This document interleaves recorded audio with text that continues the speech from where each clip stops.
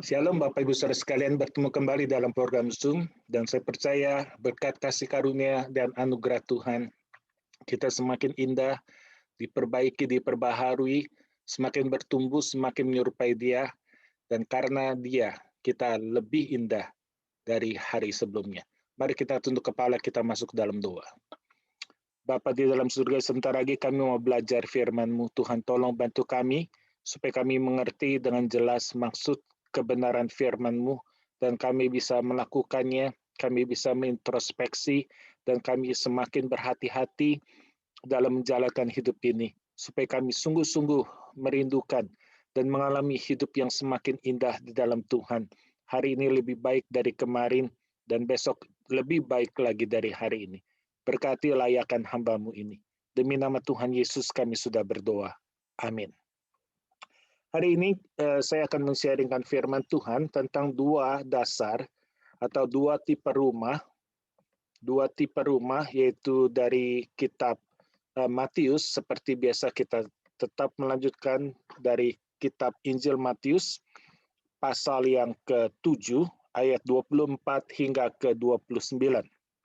Matius pasal yang ke-7 ayat yang ke-24 sampai 29. Jadi hari ini tentang cerita tentang dua rumah, yang satu di atas batu karang yang teguh, yang satu di atas pasir. Matius 7 24 hingga ke-29. Demikian firman Tuhan. Setiap orang yang mendengar perkataanku ini dan melakukannya, ia sama dengan orang yang bijaksana yang mendirikan rumahnya di atas batu. Kemudian datanglah hujan dan turunlah hujan dan datanglah banjir, lalu angin melanda rumah itu. Tetapi rumah itu tidak rubuh sebab didirikan di atas batu. Tetapi setiap orang yang mendengar perkataanku ini dan tidak melakukannya, ia sama dengan orang yang bodoh yang mendirikan rumahnya di atas pasir. Kemudian turunlah hujan dan datanglah banjir, lalu angin melanda rumah itu, sehingga rubuhlah rumah itu dan hebatlah kerusakannya. Ini adalah sebuah hal yang sangat serius, dan ini merupakan kehidupan yang nyata dari setiap anak-anak Tuhan. Kita tahu berapa banyak anak-anak Tuhan yang tetap teguh berdiri, walaupun ada banyak aniaya, ada banyak masalah, ada banyak tragedi, ada banyak penderitaan, mereka tetap mampu teguh berdiri, pantang mundur, kuat dan kokoh, menghadapi segala badai-badai, ataupun segala ancaman, bahkan maut yang sekalipun datang menyerang. Mereka tidak akan pernah takut. Di sisi lain kita lihat berapa banyak hamba-hamba Tuhan, orang-orang Kristen, mereka satu persatu dan banyak yang sudah jatuh dalam dosa. Baik itu dosa perselingkuhan, dosa perzinahan, dosa percabulan, ataupun dosa-dosa yang lain, menipu, dosa-dosa yang merugikan orang lain, bahkan yang sampai merebut kematian orang lain. Saya sangat sedih menyaksikan ada hamba-hamba Tuhan yang melakukan perbuatan yang tidak pantas, bahkan begitu terkenal, tapi dia melakukan perselingkuhan. Kita kenal seperti pendeta Raffi Sakarias yang saya kagumi, rupanya dia pun ada satu skandal di balik kehidupannya. Dan ada tragedi juga yang saya baru dengar, yaitu seorang hamba Tuhan yang mati bunuh diri. Mungkin kita dengar namanya itu pendeta David Stocklin dari Inland Hills Mega Church di California. Dalam usia masih muda, anak-anak yang masih kecil, usia 30 tahun, namun dia mengakhiri hidupnya dengan membunuh diri. Padahal minggu sebelumnya dia baru saja berkhotbah dengan begitu berapi-rapi, dia berkhotbah dengan begitu indah tentang Nabi Elia. Tapi mengapa dia mengakhiri hidupnya dengan membunuh diri? Hari ini kita belajar kembali ada dua macam dasar. Yang satu rumah yang di atas batu karang teguh. Apakah yang maksudnya rumah yang di atas batu karang teguh? Itu ada rumah yang sangat sulit untuk membangunnya dan perlu proses yang panjang. Rumah ini sangat membutuhkan kesabaran karena membutuhkan waktu yang lebih banyak untuk membuatnya, untuk membangunnya. Anda bayangkan membangun rumah di atas batu karang itu sangat-sangat sulit. Dia sedang membangun fondasi, mungkin rumah orang eh, bodoh sudah hampir jatuh. Ketika fondasi dia baru jadi, rumah orang bodoh sudah jadi. Banyak orang ingin cepat, ingin instan, ingin kelihatannya bagus di luar, tidak mempedulikan akan fondasinya, kekuatannya. Yang penting bagus, cepat, indah, di luarnya indah, bagus, namun tidak tahu bagaimana dasarnya. Dan orang yang bijak sangat memperhatikan hal-hal yang detail, khususnya hal-hal yang tidak kelihatan. Dia membangun rumah, dia ingin fondasinya cukup dalam, sangat kuat, yaitu di atas batu karang yang kokoh. Saya ingat waktu saya pelayanan di Jakarta, saya sempat mengunjungi seorang rumah jemaat di daerah Pluit Mas, Jakarta Utara. Dia rumahnya sangat dekat dengan laut. Anda bisa bayangkan di belakang rumahnya itu terlihat laut, dan saya tanya kepadanya berapa fondasinya, karena rumah saya 2 lantai itu kurang lebih 6-7 meter. Kemudian berkata fondasi rumah dia sekitar 18 meter. Oh, saya kaget. Waduh, 18 meter, saudara. Rumah saya hanya 6, paling enggak sampai 7 meter. Tapi dia 18 meter. Saya melihat begitu kuat, kokoh. Karena apa? Dia berbatasan dengan laut, dan dia ingin pembangun rumah itu pasti ingin memastikan bahwa rumah itu kuat dan kokoh karena berbatasan langsung dengan laut. Dan membangun rumah yang kuat dan kokoh di atas batu karang ini membutuhkan waktu yang sangat panjang, waktu yang sangat lama, membutuhkan kesabaran. Itu sebabnya sulit membangunnya, harus sabar. Rumah orang bodoh sudah jadi, rumah orang bijak baru jadi fondasinya. Rumah orang bijak sudah jadi, baru jadi rumahnya. Rumah orang bodoh dari dulu-dulu sudah jadi. Jadi sudah mungkin berbulan-bulan atau setahun, 2 tahun yang lalu sudah jadi. Sedangkan rumah orang bijak baru saja jadi. Ya. Jadi sangat membutuhkan kesabaran dalam membuatnya. Dan tentu saja itu biayanya sangat mahal dibandingkan dengan investasi rumah yang bodoh. Oh, sangat mahal ya, karena membutuhkan waktu yang panjang, yang sabar, dan sangat mahal biayanya. Dan apa yang terjadi? Tuhan berkata, setiap orang yang mendengar perkataanku dan melakukannya, dia seperti orang yang membangun rumah di atas batu karang. Jadi siapakah orang yang membangun rumah di atas batu karang? Yaitu seorang yang mendengar firman Tuhan dan menyimpannya dalam hatinya. Mendengar firman Tuhan dan menyimpannya dalam hatinya. Dan ini juga dilakukan oleh orang bodoh. Mereka dengar firman Tuhan, sama-sama dengar, tapi yang orang bodoh mengabaikannya. Orang bijak menyimpannya dalam hati. Ini yang dimaksud dengan di atas batu karang. Dia mendengar firman Tuhan, dia membaca firman Tuhan, dia menonton, menyaksikan firman Tuhan. Dia tanamkan, dia ingat, dia aminkan, dan dia terus mengingat, mengulangi akan firman Tuhan dan menyimpannya dengan baik-baik dalam hatinya.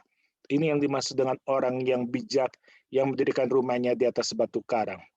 Sehingga ketika serangan datang, ada firman Tuhan yang saat itu serta-merta segera keluar menguatkan dia. Ada firman Tuhan yang keluar dari hidupnya untuk membuat dia kuat dan kokoh. Anda pernah mengalami pengalaman seperti ini? Ketika Anda dapat serangan, Anda diejek, Anda difitnah, Anda dianiaya, Anda dikatakan segala hal yang jahat. Dan Alkitab berkata dalam Matius 5, firman Tuhan itu tiba-tiba keluar. Berbahagialah kamu jika karena aku kamu dihina, diejek, dianiaya, dikatakan hal-hal yang jahat, karena upahmu besar di surga. Banyak orang ingin mendapatkan upah yang besar. Itu tidak instan, tidak gratis, tidak jadi langsung, tapi perlu proses. dan prosesnya adalah tetap kuat, tabah, bisa mengampuni, memaafkan, melupakan orang yang menganiaya, orang yang menghinakan hal-hal jahat, orang yang memfitnah. Ampunilah. Dan orang-orang seperti inilah yang akan menerima upah yang besar di sorga. Jadi ada datang serangan, maka firman itu langsung keluar, menguatkan kita, meneguhkan kita, menghadapi badai-badai kehidupan, sehingga kita tampil sebagai pemenang. Yang kedua, kita melakukan firman Tuhan itu. Kita mendengar firman itu keluar dan kita melakukannya. Kalau Tuhan berkata, ampuni orang yang bersalah, kita mau melakukannya. Walaupun kita mengatakan, aduh Tuhan, saya susah.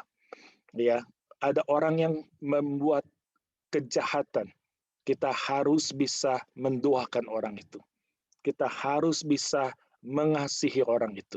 Lakukan firman Tuhan itu. Ini yang dimaksud dengan orang yang bijak, yang mendirikan rumah di atas batu karang. Dia mendengar firman, menyimpannya dalam hati. Yang kedua, dia melakukan firman itu. Dia bertindak. Dia sungguh-sungguh hidup di atas firman Tuhan. Melakukan persis yang dikatakan oleh firman.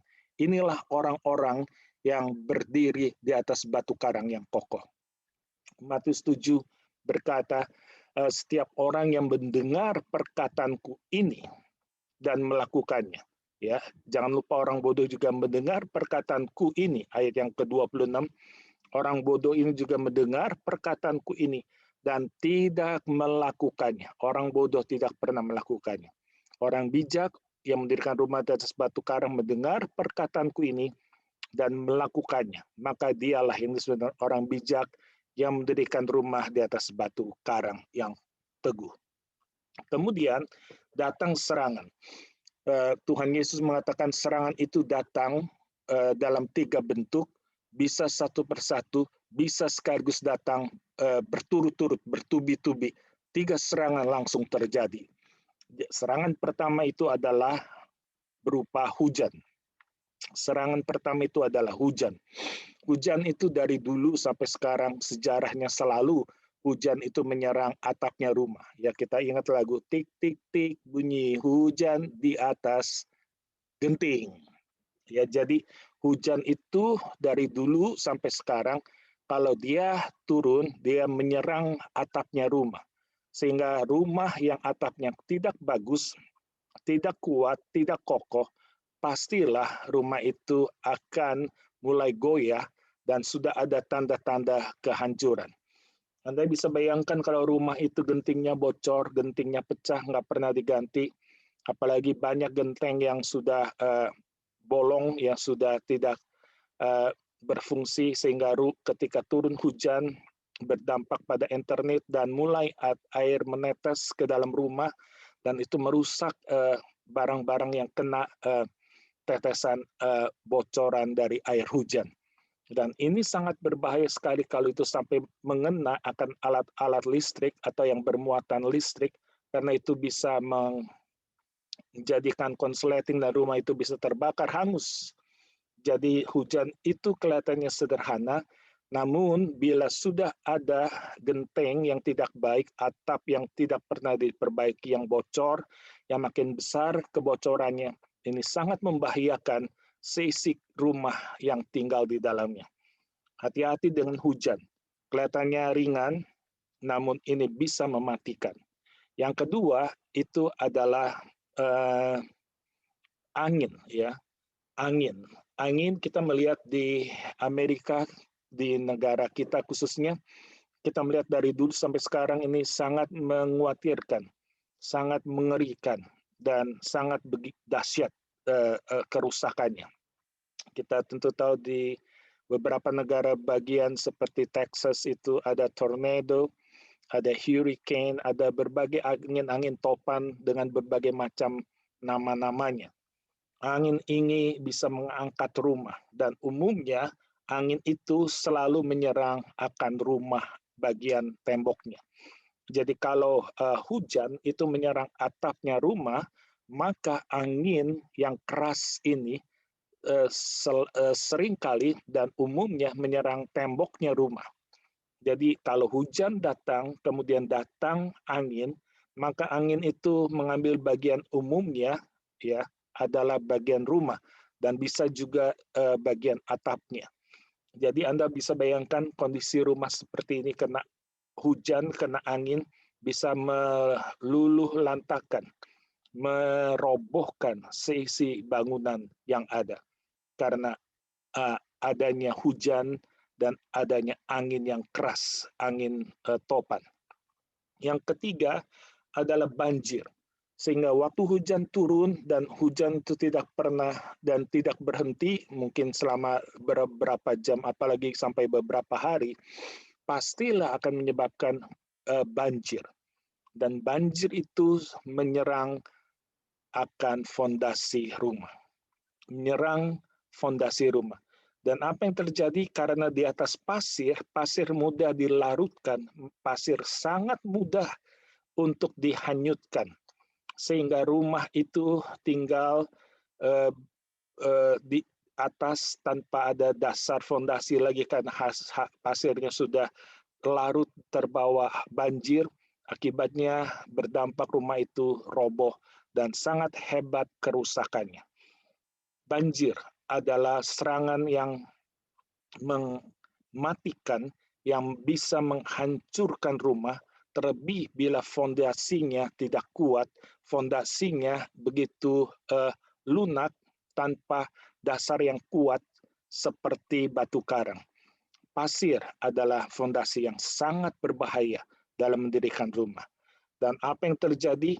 Hujan datang, angin ribut menerpa, dan banjir pun menerjang. Rumah itu habislah, hancurlah, dan tidak ada harapan lagi. Semuanya sudah hancur.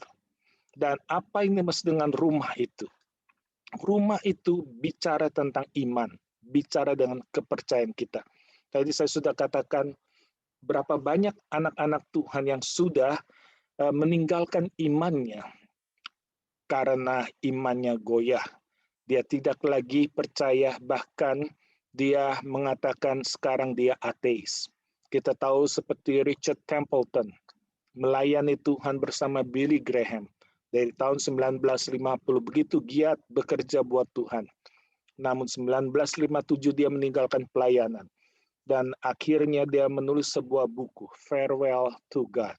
Ya, jadi dia mengatakan selamat tinggal kepada Tuhan. Kalau Tuhan itu tidak ada, kenapa harus selamat tinggal? Ya, berarti dia sebetulnya percaya Tuhan ada dan dia ingin pamit untuk tinggalkan Tuhan itu.